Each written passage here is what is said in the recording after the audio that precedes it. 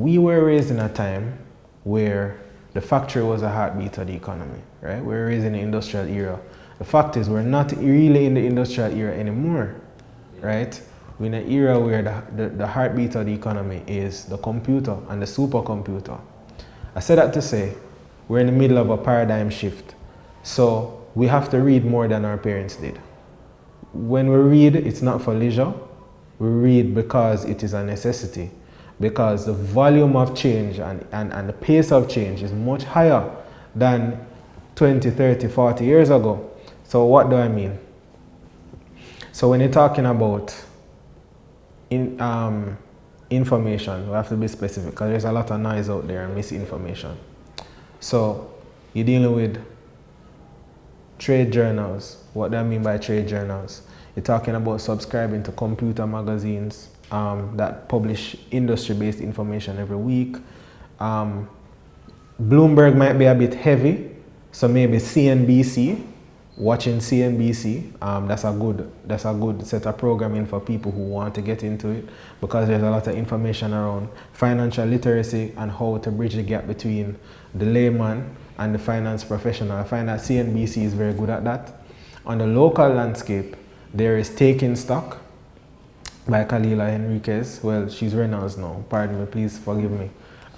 She's very good at doing that. I think a lot of persons think that business content is for business people, but it isn't.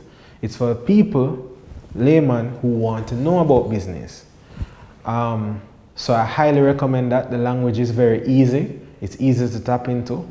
There are also financial literacy resources online, such as Learn, Grow, and Invest. They're on Twitter, right? Short LGI. The name of the founder is Jermaine McDonald. There is Wealth Watch JA, which I started. A lot of the articles are still up there. If you type in Wealth Watch JA, it will come up. There is also Stocks on the Rocks. It's started by a young man named Simon Johnson. And the language is very easy. So when we tap into ecosystems that help us to get this information, it's much easier.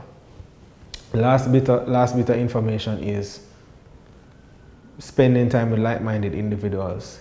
It's hard to capture everything by yourself. So if you and maybe 3 other friends or relatives are on the same path, they will find information that you don't have. For example, I am not the specialist on cryptocurrencies, but I have friends who are deeper into that realm because they're into technology.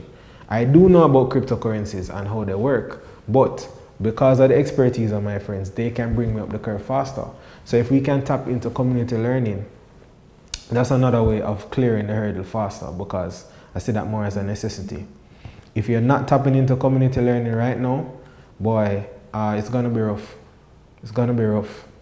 It's gonna be rough. And I'm saying that in a very modest way. It's gonna be very bad.